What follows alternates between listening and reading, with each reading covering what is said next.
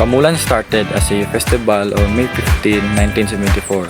During the festival celebration of the municipality of Malaybalay, a town officially thought of inviting some indigenous people to town and made them perform a few dance step at Plaza Rizal to enliven the festival celebration. Kaamulan Festival is an indigenous festival of Bukidnon, wherein the 7 tribes of Bukidnon, namely Igaunon, Talaandig, Umayamnon, Manubo, Matigsalug, Bukidnon, and Tiguhanon, gather together in the center city of Bukidnon to celebrate this event. Kaamulan is derived from the word amul, which means to gather. The Kaamulan Festival has its roots in the indigenous cultures of the province of Bukidnon, Philippines.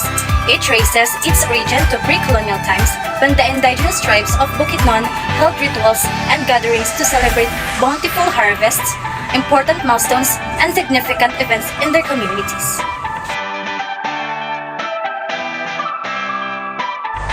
Kaamulan Festival comes from the word amul, which means to gather. It celebrates the cultures and diversity of 7 indigenous groups: Bukidnon, Higuaonon, Manobo, Matigsalug, Talaandig, Tiguahanon, and Umayamnon. These ethnic groups once made a settlement about the plains of Misamis.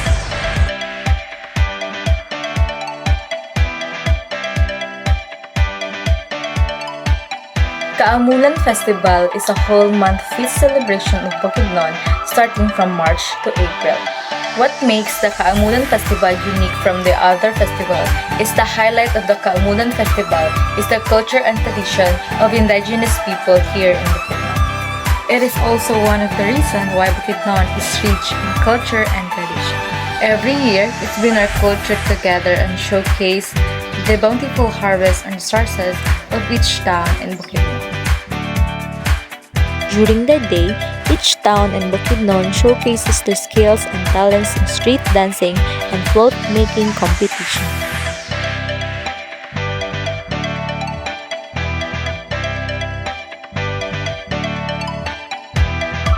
One of the reasons why people love to go at Kaamulan grounds at night is that you can find anything you want to buy, such as delicacies, clothes, or anything that you want to try. During the opening of Kaamulan Festival, they invited some famous local bands such as Sunkist Lola.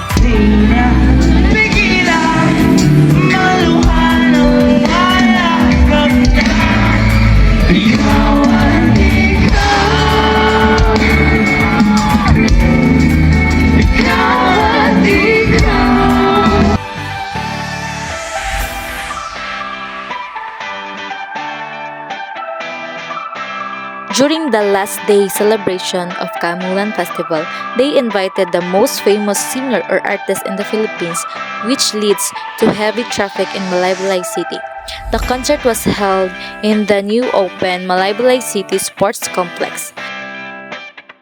This artist captures the heart of every Filipino through their heartwarming music and true-to-life lyrics, none other than Ben and Ben.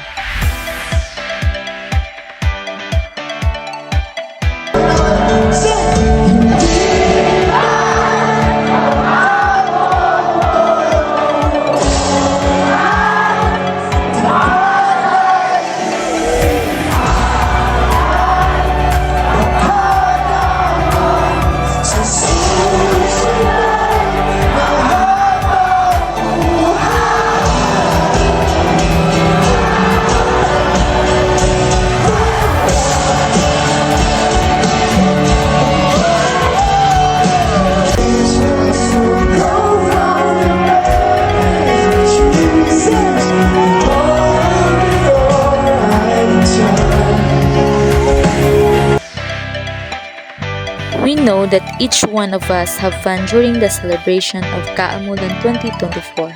But let us not forget that the purpose of the celebration is to celebrate and preserve the beauty of our culture and tradition here in Bukidnon.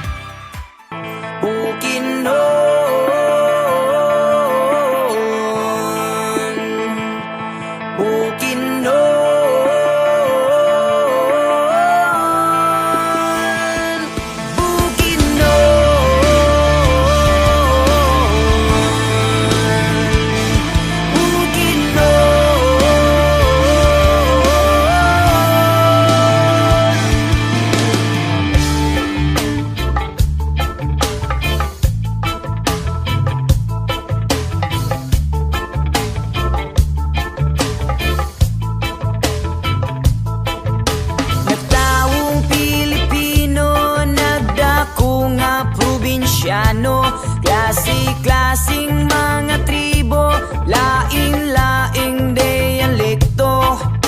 Adunay higaunon, talaandig, manubo, matigsalug, tigwahanon, umayam nun.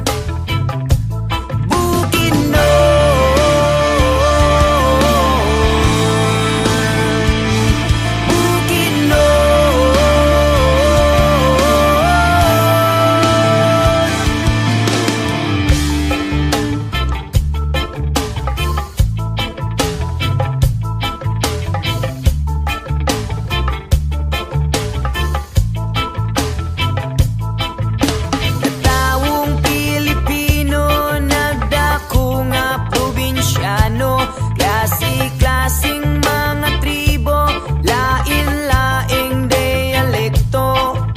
Adunay higaunon, talaandig, manubo, matigsalug, tigwahanon, umayam nun.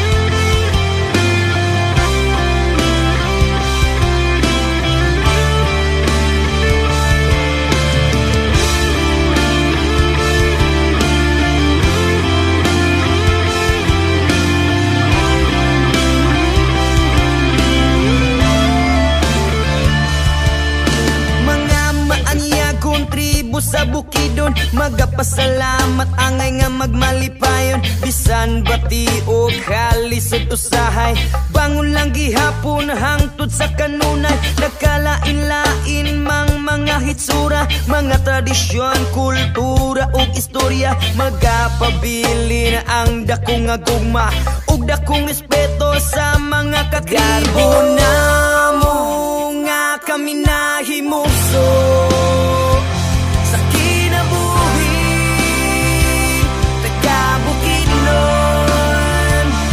Garbo na mo nga kami nahimugso sa kinabuhi, taga-Bukidnon. Bukidnon,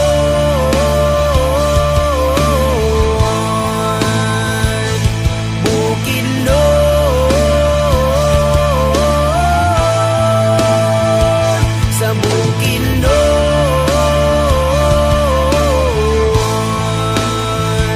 sa Bukidnon,